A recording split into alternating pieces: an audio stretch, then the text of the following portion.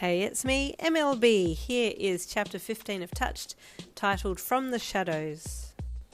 Over the next few months, you worked hard to bring your mum back up out of her quirk depression, praising her for small things like getting out of bed, brushing her hair, and showering her with love whenever she was herself, and by doing that you slowly gained confidence in yourself too. Meanwhile, Hawks was commissioned to find your father. He knew what he was doing, but he had his own motives.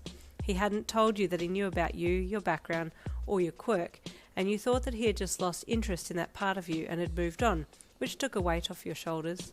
As your life started to stabilise to a new normal, you wanted to practice your quirk, for good of course. You wanted to help people. "Hey chicken," Hawks greeted as he strolled into your office. "Want to get lunch with me?" Hawks had made it known that he liked you. He was very perceptive, and although he had kissed your cheek once and made it look like he wanted to kiss your lips, he hadn't made any further moves, except for the occasional flirtatious line. You were flattered that he had feelings for you, but you were still a little dubious about letting him get too close. Having said that, you were falling for this hot hero more and more. You nodded with a closed-lipped smile. "Okay. Let's go then," he replied as you walked up beside him, and the two of you walked upstairs and out of the building. As you neared the doors, Hawks paused. "You want to hang back while I deal with the crowds?" he asked with a chuckle. "No," you said confidently. "I'll walk out with you and head down the street while you deal with them." "Did you want a feather?" he asked with a smile. He had gotten into the habit of giving you a feather whenever he felt like you were getting anxious about something. It had become a bit of a safety blanket for you. "No, I'll be okay," you said with a determined look on your face. "Oh, big girl now, huh?" he said with a gentle chuckle. "Okay, let's go then." He reached forwards and pushed the front door open. Immediately people swarmed him. Your heart rate shot through the roof and you ducked your head down and made for the clearing between people. "Hey now," Hawks said gently to a few people who had blocked your path, trying to get closer to him. "Let the lady through," he said. "Sorry, Hawks. Sorry, miss," they said as they stepped aside. "It's you," you replied softly. Damn, I was trying to say "it's okay" and "thank you," and it came out as a mash of the two. I feel so stupid. You quickly ran from the crowd, wailing internally as you went. A few seconds later, Hawks joined you. "You're doing very well," he commented. "You've been a little more confident lately," he praised. "I'm doing my best," you replied, giving him a small smile. "Mum's doing better too." "Glad to hear it," he replied, shoving his hands in his pockets. "I haven't seen my parents in ages," he said softly as he looked down. You felt something in his tone of voice and looked at him sympathetically, and he cleared his throat and changed the subject. "So, if you were a fruit, what would you be?" he asked. "What?" you giggled. "You heard me," he laughed. "What fruit would you be?" You two continued to chat.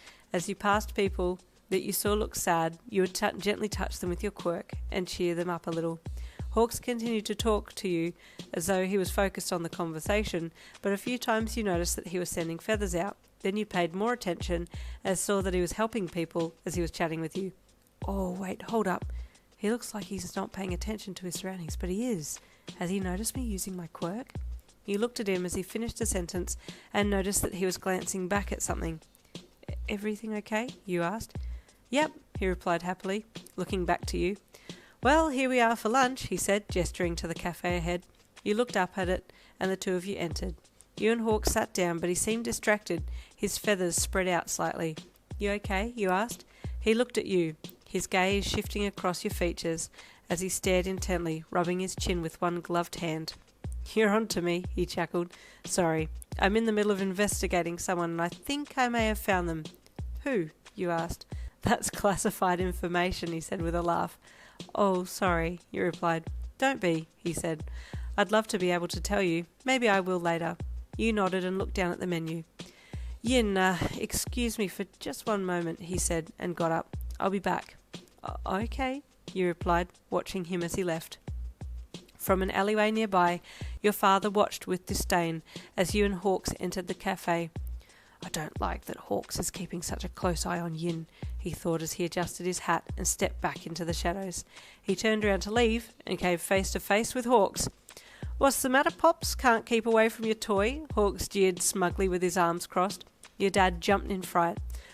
I don't know what you're talking about," your dad replied gruffly. "Come on," Hawks then said your father's name. "Give it up." "I'm already on to you," Hawks said with a smirk. Your dad pulled his hat down over his eyes and quickly threw his hand out to tap Hawks with his quirk, but Hawks was already behind him and had him in a chokehold.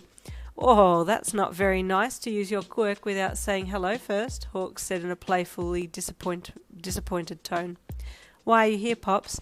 You know the government's looking for you. Not very smart to be out and about."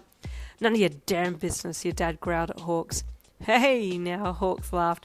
"I really don't think you're in a position to be getting short with me. Remember your pleases and thank yous." "What are you going to do? Hand me in?" your dad growled.